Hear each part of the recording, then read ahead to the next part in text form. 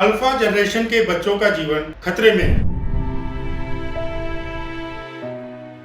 आजकल के बच्चों का जीवन खतरे में है। बच्चों को छोटी सी उम्र में हार्ट अटैक आ रहा है। हार्ट अटैक से उनकी मौत हो रही है। परेशानी इतनी बढ़ गई है कि डॉक्टर प्रिस्क्रिप्शन लिख रहे हैं कि बच्चों को बाहर खेलने के लिए भेजें। आखिर ऐसा क्यों हो रहा है और कौन है ये अल्फा जनरेशन के बच्चे?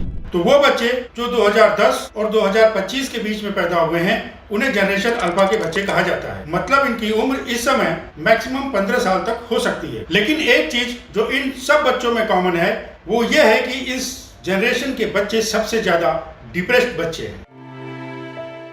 और ये ऐसे ही नहीं कहा जा रहा बल्कि इनके अंदर कुछ ऐसे सिम्टम्स देखे जा रहे हैं जिसकी वजह से ऐसा कहा जा रहा है। अब जैसे कई सर्वे में पाया गया है कि आजकल के बच्चों मतलब अल्फा जनरेशन के बच्चों में मोबाइल और इंटरनेट को यूज करने से 6 से 7 साल के बच्चे भी डिप्रेशन में जा रहे हैं। अब इस एज में उन्हें कौन सा टेंशन है, ऐसा कौन सा स्ट्रेस है जिससे कि 6-7 साल के बच्चे डिप्रेशन के शिकार हो रहे हैं। यूपी में एक बच्चे की मोबाइल देखते देखते हार्ट अटैक से मौत हो गई। वो मोबाइल में कार्टून देख रही थी।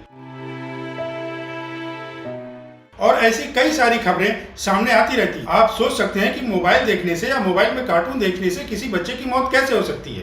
क्या होता है कि कई सारे कार्टून्स में काफी सैचुरेटेड कलर्स दिखाए जाते हैं और उनके स्पीड और फ्लैशेस की वजह से बच्चे एडिक्टेड हो जाते हैं। और क्योंकि ये ब्रेन को ओवर स्टिमुलेट कर देते हैं और फिर अगर बच्चों को यह कार्टून देखने से मना किया जाए तो अग्रेशन करने लगते हैं, चिड़चिड़े हो जाते हैं।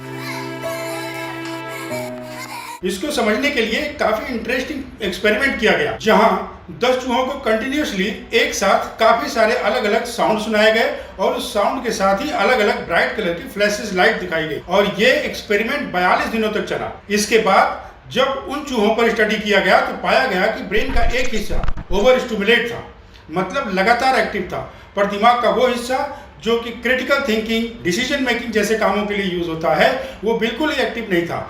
ऐसे में कुछ समय बाद दिमाग का वो हिस्सा श्रिंक करने लगता है, मतलब सिकुड़ने लगता है। ठीक यही प्रभाव आपके बच्चों पर होता है। बच्चों की इस छोटी सी उम्र में जिसमें उनका दिमाग डेवलप हो रहा होता है पर सारा दिन मोबाइल और टीवी देखने के चक्कर में वो पार्ट डेवलप ही नहीं हो पाता, जिससे न इनकी मेमोरी पावर डेवलप हो पा रही है और न ही डिसीजन मेकिंग स्किल्स डेवलप हो पा रही है और न ही सोशल स्किल्स डेवलप हो पा रही है। और इस वजह से बच्चे डिप्रेशन के शिकार हो रहे हैं, डिप्रेस हो रहे हैं, एंग्जाइटी के शिकार हो रहे हैं और चिड़चिड़े हो रहे हैं। बच्चों का स्पीच डिले हो रहा है, वो लैंग्वेज जल्दी नहीं सीख पा रहे हैं। बच्चों की नींद पूरी नहीं हो पाती जिससे बॉडी स्ट्रेस हार्मोन रिलीज करने लगती है जिसका असर बच्चों के हार्ट पर पड़ता है और बच्चों का ब्लड प्रेशर बढ़ जाता है। ऐसे में हार्ट रिलेटेड प्रॉब्लम्स होने की संभावना कई गुना बढ़ जाती है और कई केसेस में तो हार्ट अटैक आ जाता है और बच्चों की मौत भी हो जाती है।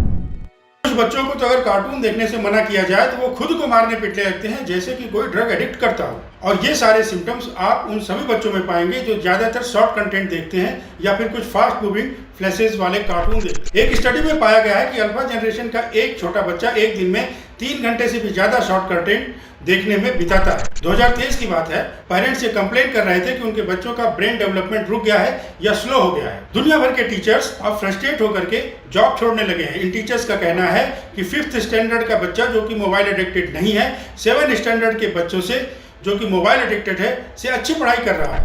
I teach 7th grade, they are still performing on the 4th grade level.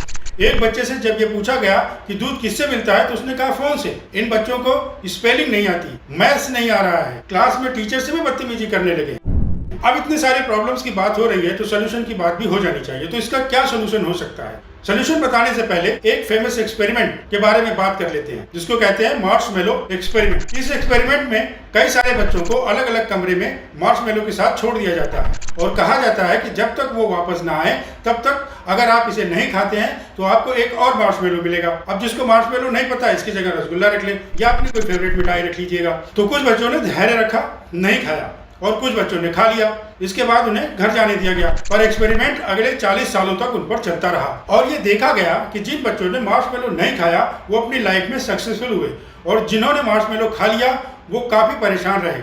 मतलब साफ है, जिन बच्चों ने धैर्य रखा, अपने इमीडिएट प्लेजर के आगे नहीं हार माने, वो सक्सेसफुल बन गए और जो हार गए वो 40 साल बाद भी स्ट्रगल कर रहे थे। अब अगर 80s के बच्चों को देखें तो ये स्किल सबसे ज्यादा उनके अंदर डेवलप की गई, क्योंकि इन्हें जब भी कोई चीज चाहिए होती थी आसानी से नहीं मिलती थी जितना आजकल के बच्चों को मिल जाती है। मोबाइल तो दूर, अगर इन्हें एक चॉकलेट या टॉफी भी चाहिए होता था तो उसके लिए कोई टास्क कंप्लीट करना पड़ता था, इसके बाद खुद जाकर के लेना पड़ता। पर आजकल तो बच्चों को कुछ भी चाहिए फोन पर अलग अलग ऐप्स में इंस्टेंटली अवेलेबल है। इससे बच्चों में धैर्य की कमी हो रही है, इंस्टेंट प्लेजर के चक्कर में एडिक्शन के शिकार हो रहे हैं। सोचिए कि अगर आपका बच्चा थक कर स्कूल से घर आता है और मोबाइल पर रील देखता है तो उसे अच्छा लगता है और ब्रेन डोपामाइन रिलीज करता है। बच्चा फिर एक के बाद एक रील देखते चला जाता है। ऐसे में वो उसका आदी होने लगता है और ब्रेन का तो सिंपल सा रूल है कि जिस चीज से आपको खुशी मिलेगी वो उसी तरह की वायरिंग कर आपको वही काम बार बार करने को प्रेरित करेगा। ऐसे में अगर बच्चे को पढ़ने में अच्छा लगता है तो ब्रेन उसी तरह से काम करेगा,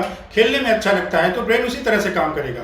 मतलब ये है बच्चों को कम से कम 2 घंटे के लिए पार्क में ले जाया जाए ताकि वहां पर वो कुछ फिजिकल एक्टिविटीज कर सके, सोशल स्किल्स सीख सके। पेरेंट्स भी मोबाइल और टीवी कम से कम देखें और जब भी देखें बच्चों के साथ देखें और ये मॉनिटर करें कि वो क्या देख रहे हैं। आजकल तो मोबाइल के रील्स में कई बार एडल्ट कंटेंट भी आ जाते हैं, बच्चों के दिमाग पर इसका बुरा असर न पड़े इसलिए मॉनिटरिंग बहुत जरूरी हो जाती है। फिर ऐसे बहुत सारे ऐप्स आते हैं जिससे आपका बच्चा काफी कुछ सीख सकता है। ऐसे कार्टून्स भी आते हैं जो स्लो मूविंग है, जिसमें सैचुरेटेड कलर नहीं दिखाए जाते, जिसमें फ्लैशेस नहीं होते हैं या बहुत कम होते हैं, उसका सहारा भी आप ले सकते हैं। पर ऐसा नहीं है कि इस जनरेशन के सारे बच्चे डिप्रेस्ड हैं। ये जनरेशन सबसे इन्फॉर्म जनरेशन है, ये सबसे ज्यादा लिटरेट जनरेशन है, इनके पास इंफॉर्मेशन का भंडार है। तो इसलिए मोबाइल प्रॉब्लम नहीं है बल्कि उसमें हम क्या देख रहे हैं वो प्रॉब्लम है। इसको मॉनिटर करने की जरूरत है। ये एक ऐसी प्रॉब्लम है जिसको महसूस तो हर कोई कर रहा है पर कोई कुछ कर नहीं रहा है। आई होप इस वीडियो से आपको कुछ मदद मिलेगी। अगर आपको ये वीडियो अच्छा लगा हो तो लाइक करें, शेयर करें और चैनल को सब्सक्राइब नहीं किया है तो चैनल को सब्सक्राइब कर लें। आपको आपका कीमती समय देने के लिए धन्यवाद।